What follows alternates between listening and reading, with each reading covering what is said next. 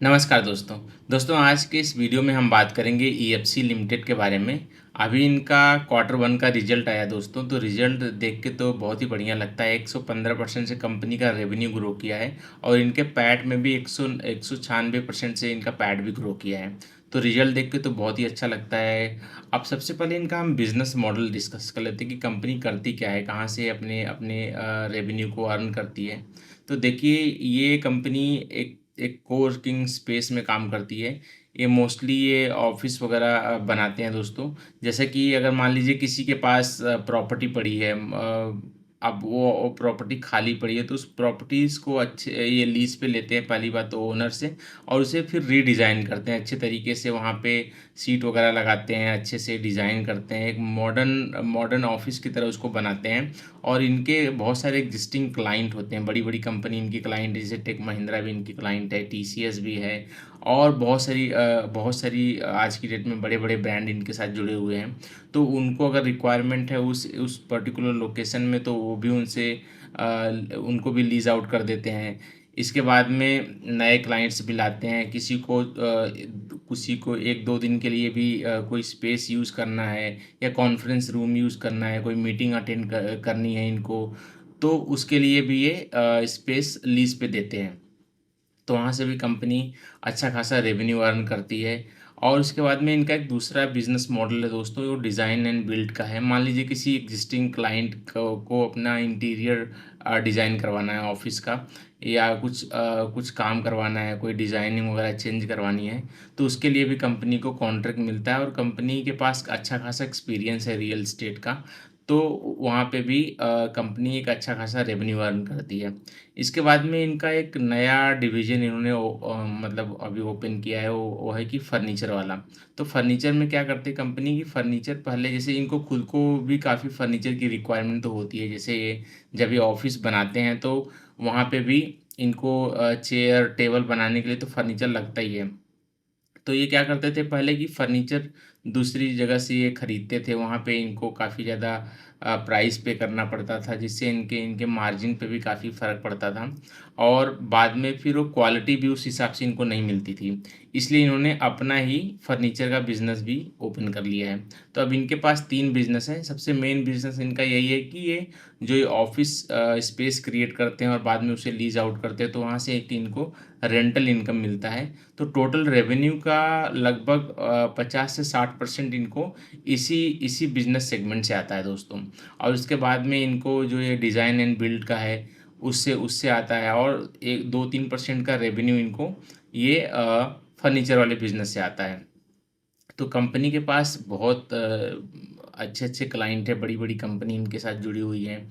तो उनके उन उन उनसे भी इनको काफ़ी ज़्यादा बिज़नेस तो ऑलरेडी मिलता है और नए क्लाइंट्स पे भी इनका काफ़ी फ़ोकस है कि हम कैसे ज़्यादा से ज़्यादा नए क्लाइंट्स भी ऐड करें ताकि हम ज़्यादा से ज़्यादा अपनी सीट को हम बेच पाएँ, रेंट पे चढ़ा पाएँ।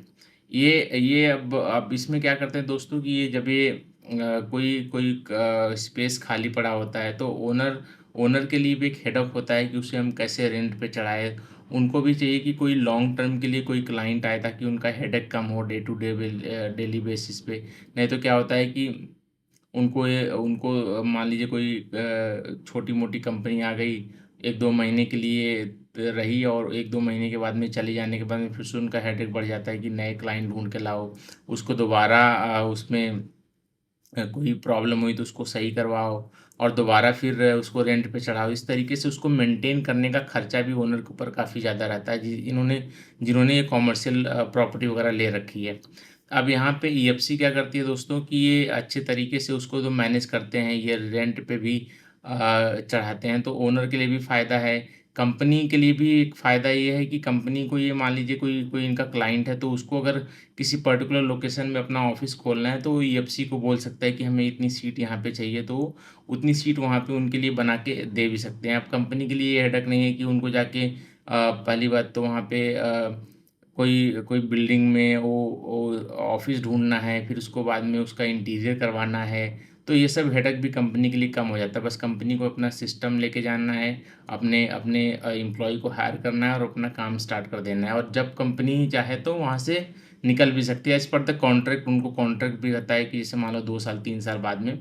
लेकिन वहाँ से जाने के बाद में कंपनी का कोई हेडेक नहीं है कि यहाँ का जो हमने पैसा इन्वेस्ट किया तो हमारा नुकसान हो जाएगा। मान लीजिए कोई स्टार्टअप कंपनी है, छोटी कंपनी है, अब उसको अपना ऑफ़िस खोलना है तो उसके लिए तो बहुत बड़ा खर्चा यही हो जाता है कि मुझे ऑफ़िस ओपन करना है तो उसका इंटीरियर करवाना है, टेबल कुर्सी लगवानी है, तो इसका भी खर्चा उनका बच जाता है। और डे 1 से क्या कर सकते हैं कि वो जाके रेंटल बेसिस पे जितनी सीट चाहिए उतनी सीट वो ले सकते हैं और बाद में अगर ऐड ऑन करनी है सीट तो ऐड ऑन भी कर सकते हैं बिना किसी टेंशन के।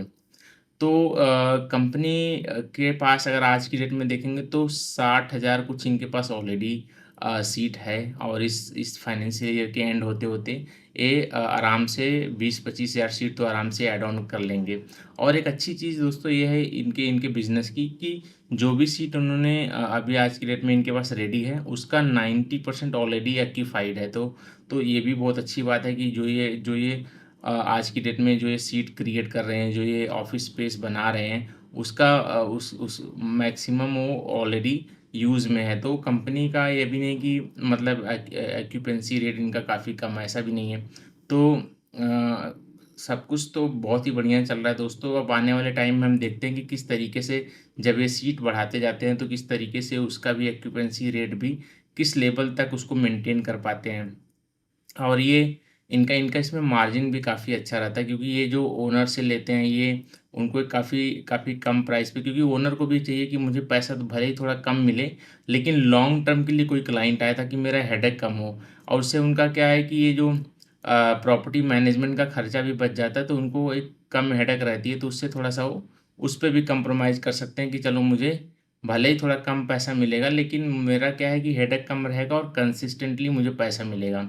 और दूसरी तरफ ईएफसी को क्या फ़ायदा होता है कि ये बड़े क्लाइंट को अच्छे रेट पे ये आराम से रेंट कर पाते हैं। अभी जैसे 6-7 हज़ार रुपये पर सीट के हिसाब से पर मंथ के हिसाब से ये चार्ज करते हैं कस्टमर से।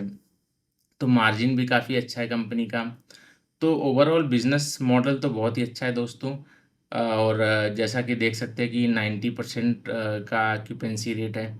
उस हिसाब से भी आप देख सकते हो कि कंपनी जो बिज़नेस में है वो कितना ज़्यादा ऑलरेडी मतलब इनकी इनकी सीटें ऑलरेडी फ़िल हो रही हैं। तो और जो इनको ऑलरेडी काफ़ी ज़्यादा कॉन्ट्रैक्ट इनके हाथ में ऑलरेडी है जिसके ऊपर ये काम कर रहे हैं, जिसको इनको डिलीवर भी करना है। प्लस पासपोर्ट सेवा केंद्र का भी इनको प्रोजेक्ट मिला हुआ है, हैदराबाद का, अहमदाबाद में भी मिला हुआ है। तो ये सब देख के तो काफ़ी कुछ अच्छा लगता है। अब देखते हैं कि एज़ ए इन्वेस्टर अगर मैं बात करूँ तो आज की डेट में कंपनी का वैल्यूएशन भी काफ़ी सस्ता है। अगर हम रेवेन्यू और पैट आज की डेट में देखें तो कितना बढ़िया तरीके से है और एक अच्छी अपॉर्च्युनिटी लगती है एज़ ए इन्वेस्टर। बाकी आने वाले क्वार्टर्स में देखते हैं कि कितना कंसिस्टेंटली ये कंपनी अपने अपने सेल्स को, अपने अपने पैट को ग्रो कर पाती है। उसके बाद में एक क्लियर पिक्चर मिलेगा कि हाँ, इसमें किस हिसाब से कितना कितना रिस्क लिया जा सकता है। तो ये था दोस्तों ईएफसी के बारे में।